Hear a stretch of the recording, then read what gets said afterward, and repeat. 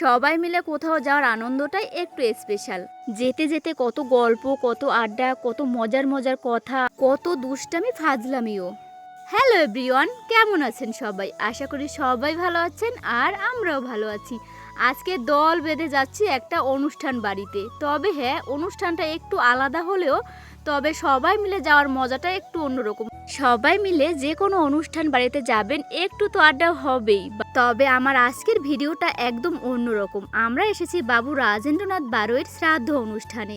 এখানে অনেক মানুষ নিমন্ত্রিত ছিল, অনেক মানুষের আয়োজন ছিল, আর তিনি ছিলেন একজন স্বনামধন্য ব্যক্তি।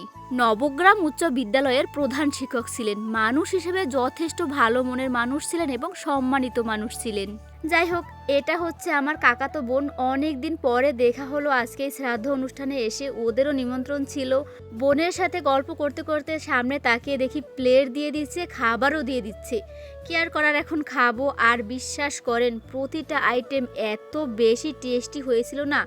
আর দেখেন আলু, মানে যেখানে যাই আমার পাশে যারা থাকে না, বোনেরা, বৌদিরা, দিদিরা, সবাই না যে আলু দেয় না তাকে ইঙ্গিত দিয়ে বলে আমার প্লেটে বেশি আলু দিতে। আমার তো ভালোই লাগে, কারণ আমি আলু অনেক পছন্দ করি। আর দেখেন তার খাওয়া, মানে কি পরিমাণে যে খাচ্ছে গাইজ, বিশ্বাস করেন প্রতিটা আইটেম ভালো হয়েছে তো।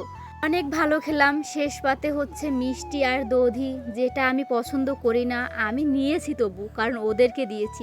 এরপরে খাওয়া দাওয়া শেষ করে আমরা এখন বাড়ির দিকে যাব। অনেক ভালো খেয়েছি সবাই মিলে। আর বিশেষ করে আমি কি ভালো খেয়েছি জানেন? আলু, যেটা আমি সর্বদাই অনেক ভালো খাই। তো সবাই ভালো থাকেন, সুস্থ থাকেন, সাবধানে থাকেন, টাটা।